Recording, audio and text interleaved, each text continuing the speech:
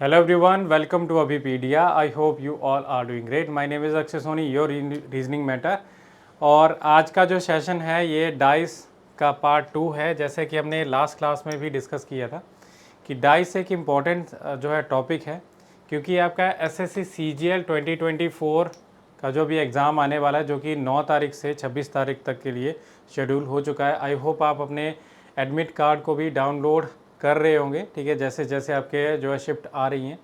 तो I hope आप अच्छे से गो थ्रू कर रहे होंगे आपके जितने भी टॉपिक्स हैं, चाहे आपका जो रीजनिंग का है या मैथ्स का है या आपका इंग्लिश का है एंड जीएस का।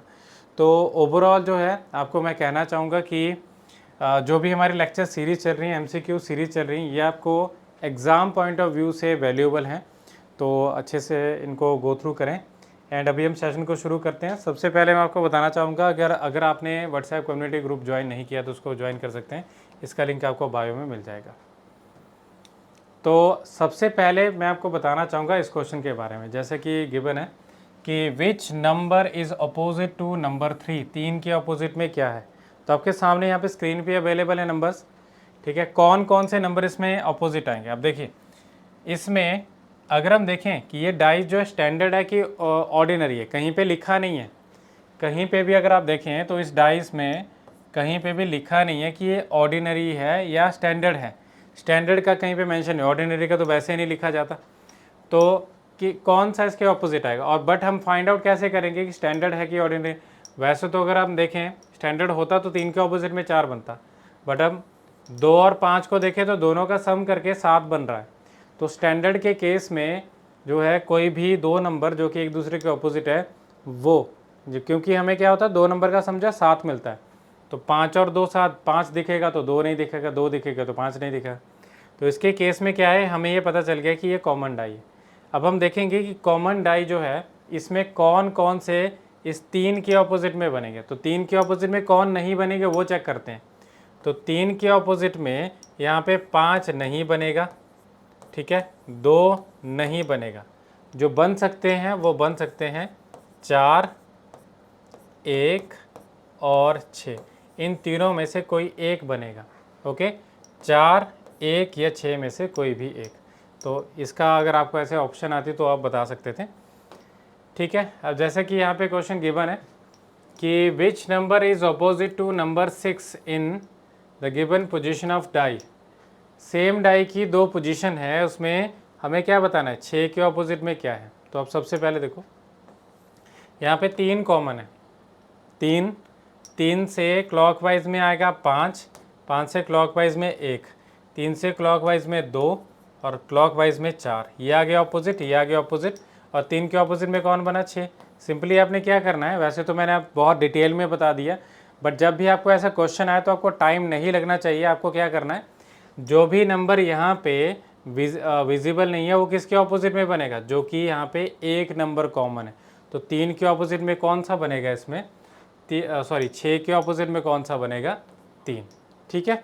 तो ये क्वेश्चन था। अब नेक्स्ट क्वेश्चन देखिए, ये 2 पोजीशन दी हैं, 2 डाइस की पोजीशन है, हमें बताना है कि इनमें से कौन सा बनेगा, इसमें से कौन सी डाई जो है ये 2 पोजीशन वाली बनेगी। अब देख चेक करते हैं, इसमें से हमें मिल रहा है 6 कॉमन, और 6 के ऑपोजिट में क्या बनेगा, 5।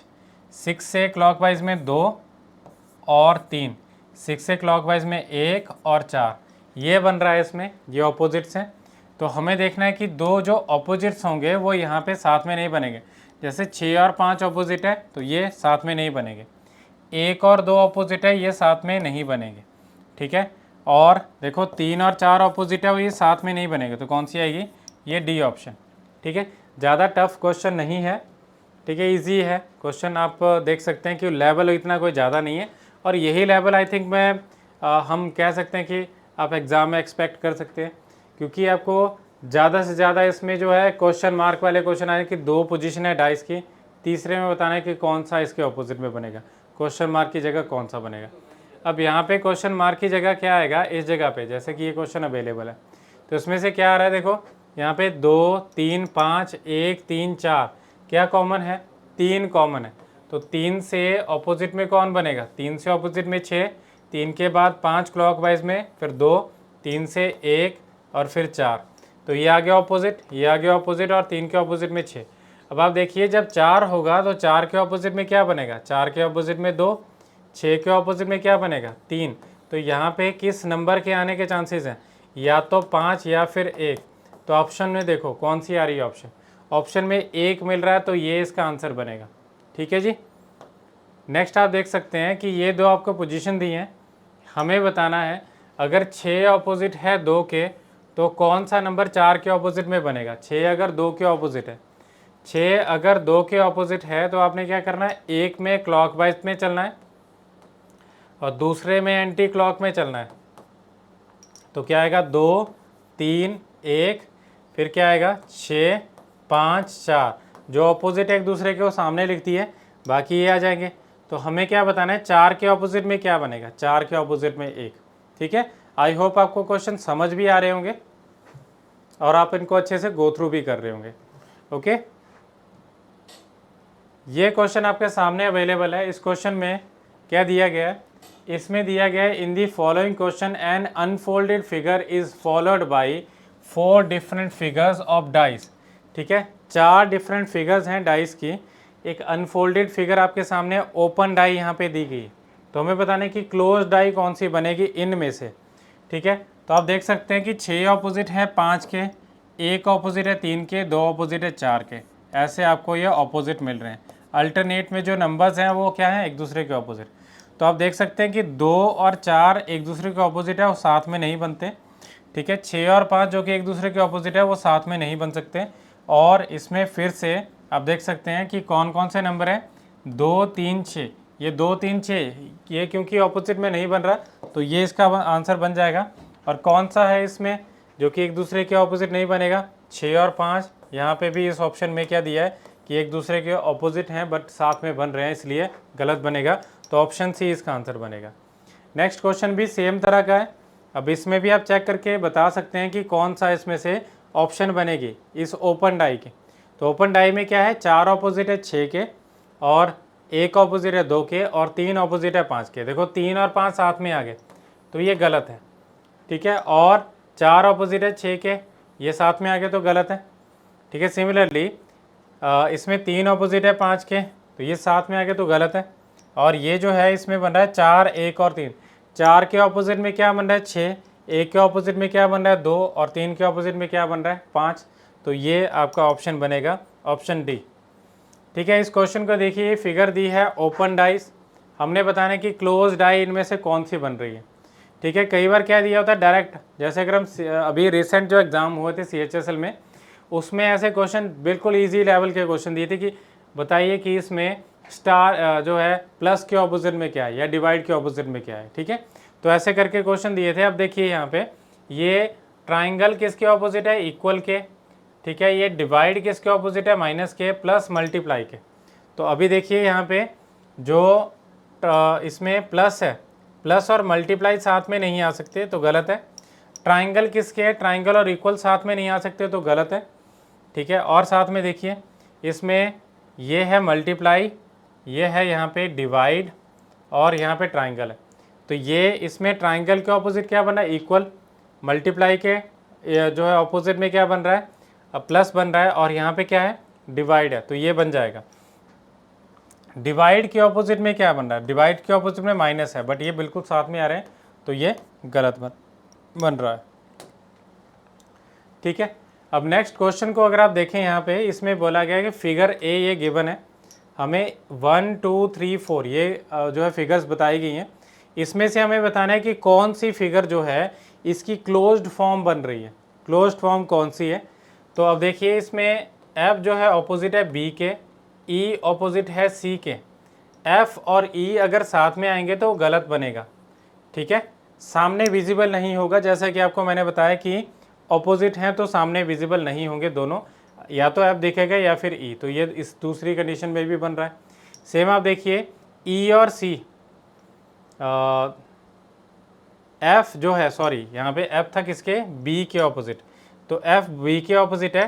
तो ये शायद मैंने यहाँ पे गलत जो है लिख दिया, ये देखिए F B के ऑपोजिट है, F B के ऑपोजिट, तो ये साथ में नहीं बनेंगे। सेकंड देखिए, और इसमें F E साथ में आ गया D, डी इसका जो है नेबर बन सकता है, ये सेकंड बन सकता है।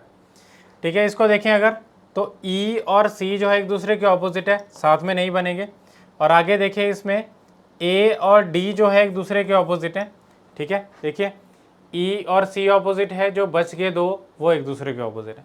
तो क्या आएगा, ये दोनों गलत है और ये सेकंड है, तो only second follow, only second is the answer.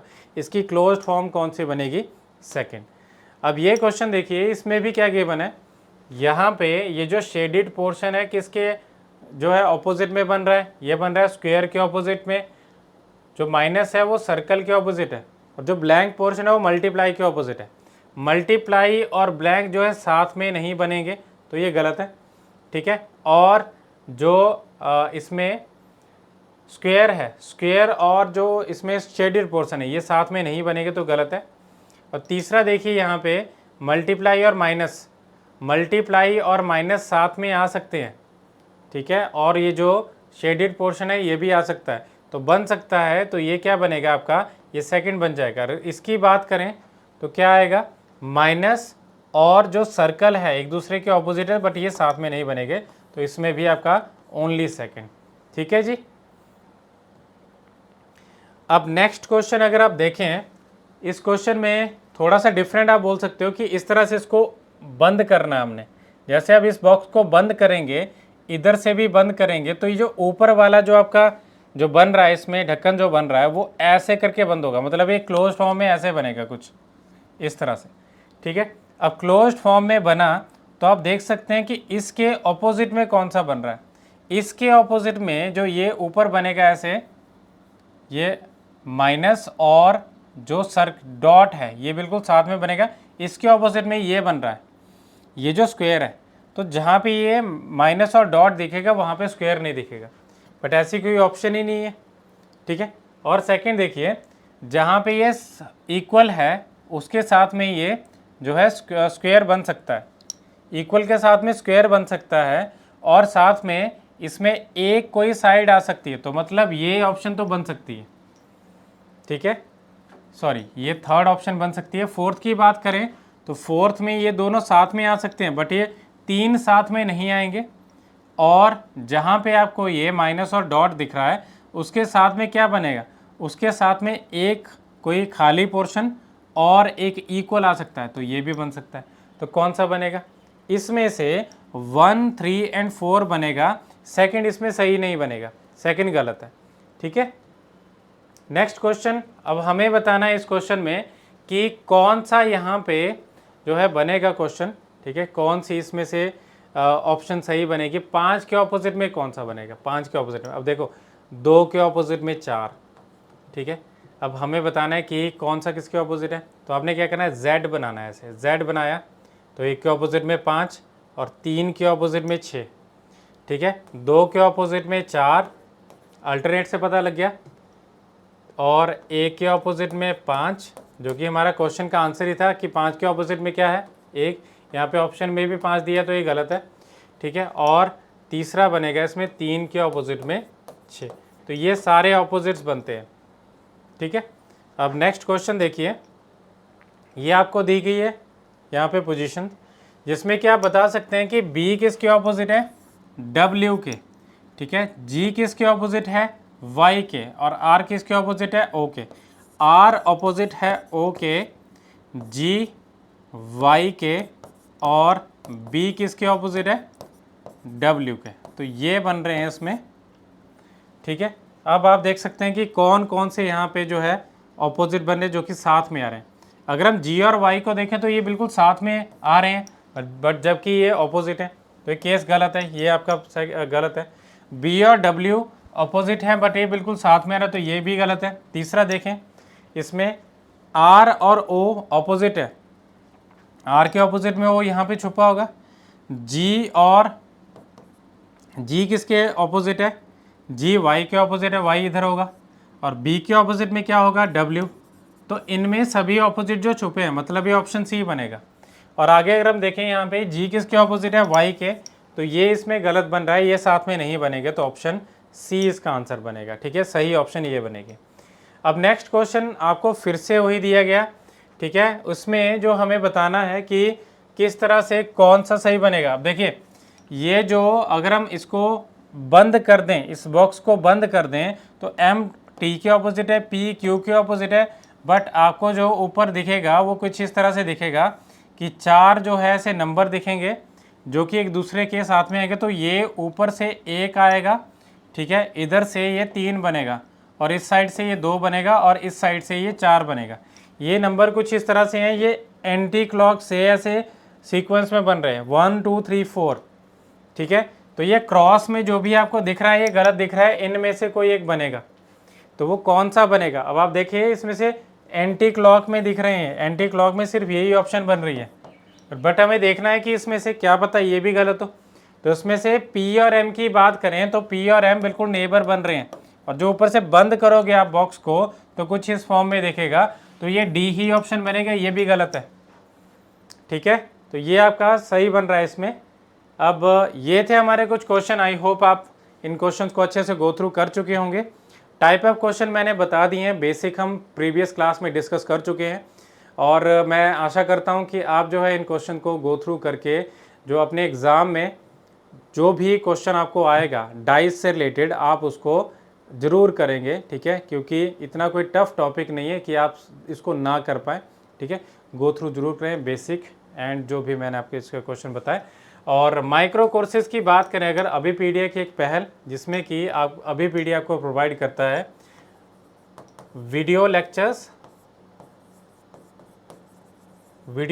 किस में, आपको एक टॉपिक की फॉर्म है। जैसे हम डाइस का एक एग्जांपल लेके चलते हैं, डाइस जो कि एक इम्पॉर्टेंट टॉपिक है, आपको बेसिक और हाई लेवल का इसी में, बेसिक से हाई लेवल तक आपको जितने भी वीडियोस बन सकती हैं वो सारे वीडियो लेक्चर्स इसमें प्रोवाइड होंगे, बहुत ही कम प्राइसेस, बहुत ही लो प्राइस। आप जो है बड़ा कोर्स लेने की जगह छोटे कोर्स की फॉर्म में इसको परचेज़ कर सकते हैं। आप इसको परचेज़ करिए, ठीक है, जिसमें कि आपको वीडियो लेक्चर्स मिलेंगे, प्लस आपको इन्हीं के PDFs मिलेंगे, PDFs प्लस इसके MCQs भी आपको मिलेंगे, ठीक है। तो ये सारी चीज़ें आपको प्रोवाइड कर रहा है अभिपीडिया बहुत ही कम प्राइसेस पे। और साथ ही साथ देखिए क्या होता है, जैसे मैं आपको गाइड करता रहता हूँ कि आपको क्वेश्चन को अटैम्प्ट करना है, कितना टाइम आपका लगना चाहिए क्वेश्चन में, ठीक है, और क्या आपकी स्ट्रैटेजी होनी चाहिए, ये सारी चीज़ें आपको वो वीडियो लेक्चर में जो भी टीचर है वो आपको प्रोवाइड करेगा, सारी स्ट्रैटेजी आपको बताएगा। आपको उस कोर्स के साथ में मेंटोरशिप भी मिल रही है। तो आप ऐसा ना सोच के चलें कि आप सिर्फ एक परचेज़ कर रहे हैं कोर्स को, आप एक गाइड भी उसमें साथ में परचेज़ कर रहे हैं, साथ में आपको गाइडलाइन भी मिल रही है। तो ये सारी आप जो है, अगर कोई भी इंटरेस्टेड कैंडिडेट है, अगर इसको गो थ्रू करना चाहते हैं तो उसका लिंक आपको डिस्क्रिप्शन बॉक्स में मिल जाएगा, आप गो थ्रू कर सकते हैं, ठीक है। And that is all for now, thank you so much. और be sure to like this video and subscribe our channel, और इसको शेयर भी करें ताकि आप ये जो है वीडियो ज़्यादा से ज़्यादा लोगों तक पहुंच पाए। And thank you so much.